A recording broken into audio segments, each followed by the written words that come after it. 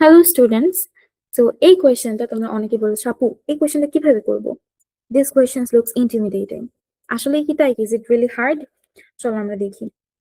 এখানে আমাকে বলেছে যে দ্য এক্সপ্রেশন এইটা ক্যান বি রিরিটেন অ্যাজ এইটা অ্যান্ড এইটা। রিরিটেন মানে কি? বেসিক্যালি ইকুয়েশন দুইটা সেম, জাস্ট হচ্ছে একটা এভাবে দেয় আর একটা হচ্ছে ফ্যাক্টর ফর্মে দেয়।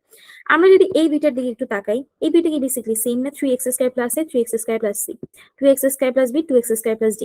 তার মানে হচ্ছে এখানে জাস্ট a b দেয়া আর এখানে জাস্ট c d দেয়া।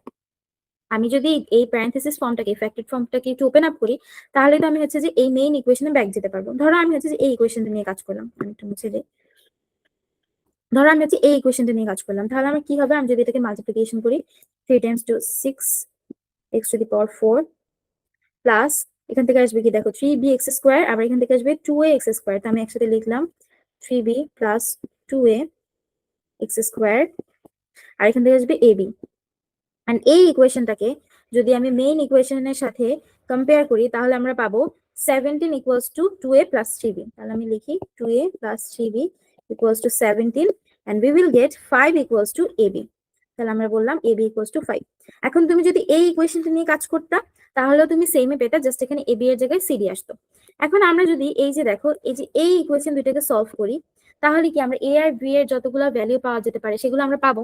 এন্ড যেগুলো ইন্টিজার হবে, দেখো আমাদের বলে দিয়েছি এবি ইন্টিজার, সো যেগুলো ইন্টিজার হবে সেগুলোকে আমরা এবি বলবো, যেগুলো হচ্ছে নন ইন্টিজার্স হবে সেগুলোকে আমরা হচ্ছে সিডি বলবো।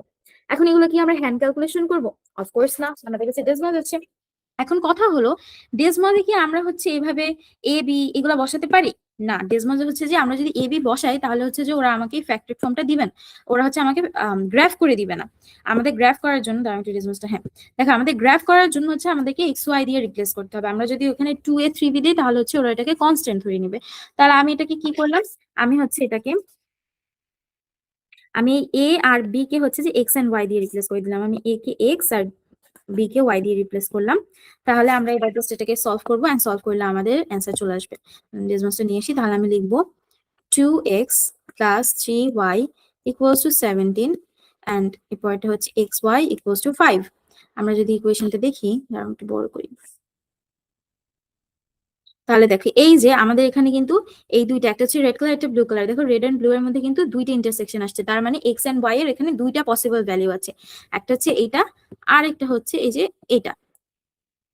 তাহলে দেখো 1 and 5 কি আমাদের ইন্টিজার্স, তার মানে 1 and 5 হচ্ছে আমাদের এবি, আর 7.5 and 0.667 হচ্ছে আমাদের নন ইন্টিজার্স, এন্ড তার মানে এটা হচ্ছে সি এন্ড ডি।